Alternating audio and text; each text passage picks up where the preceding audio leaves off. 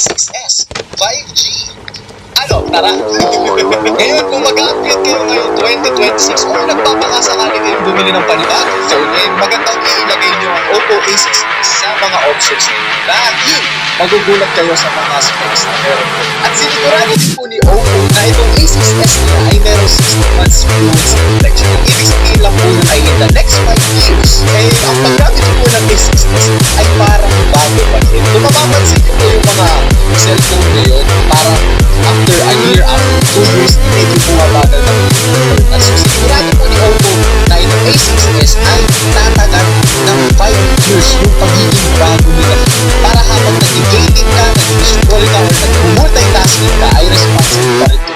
At mas lalo nilang pinaigpin ang smoothness at responsiveness ng Oppo A6s 5G dahil ito po ay Color OS 16. So meron pong dalawang kulay, cappuccino brown at ice white. So na-unbox ko lang po ito at na-upload ko sa TikTok, Facebook, Instagram. Pero bibigyan ko kayo ng mabilis ang unboxing kung ano yung makukuha nyo kapag bumili kayo ng A6s. Straight from the box, makakakuha kayo ng charger, USB data cable, SIM ejector tool, protective case, quick guide and SIM guide, at syempre yung phone.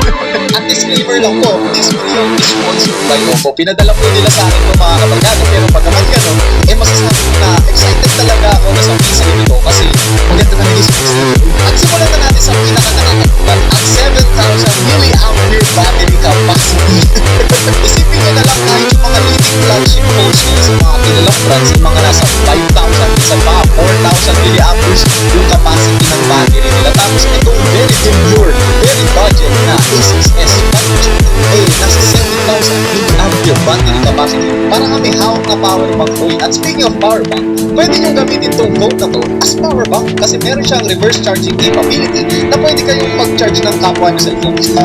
So kahit pa nag-gaming kayo, nagsusunod kayo sa mga social media platforms ng ilang oras, nag-play kayo ng mga movies, YouTube videos, nag-play kayo ng music, nag-take kayo ng high quality photos, hindi kayo kakapusin sa Oppo A6s 5G.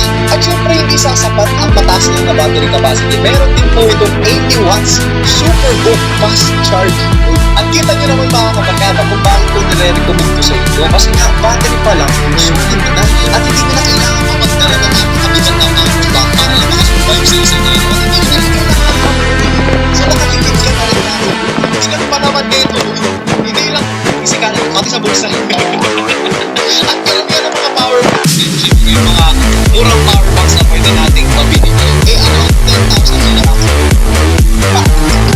So, cable, at pagdating sa camera, tulad ng ibang phone, power din po ito ng AI at napakaraming features ng camera ng Oppo mga kabarkada na parang hindi ito madidiscuss in today's video. So, kailangan natin siyang bigyan ng dedicated na video. Pero quick overview, meron po 50 megapixel na rear camera at 16 megapixel na front camera. Meron po AI night mode para sa mga low light situation, portrait mode para sa mga mahihilig sa soft background blur, yung malambok.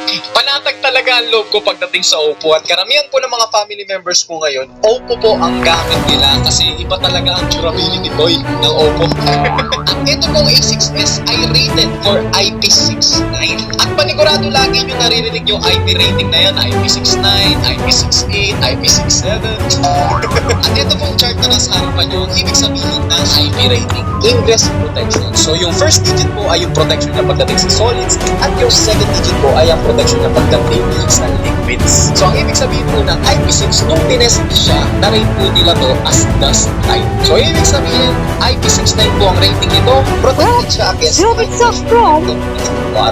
at alam niyo ba na na-test din po siya as IP68 and IP67. So ang ibig sabihin lang noon, pwede nyo i-immerse or ilublob yung phone sa tubig, pero temporary lang. At syempre, para sure, hanggang 1.5 meters naman to action cam. Andyan lang yan as safeguard kung sakaling malaglag yung sa tubig, ay hindi ka mangangamba. Diba? So huwag kayong mag-alala kung mabasa man yan sa tubig kasi protected po yan. At the same time, meron po siyang yung local feature na kung saan nagpo-produce siya ng vibrations para ma-push out yung tubig at yung mga alikabok. Panigurado may nag-comment na dyan, ano ang chipset? Huwag po kayo mag-alala, power po ito ng MediaTek Dimensity 6300. And for a budget phone, hindi ka nalugi dun. Kaya ano pang hinihintay nyo mga kabarkada? Kumuha na po kayo ng Oppo A6s dahil available na po ito sa lahat ng Oppo stores nationwide.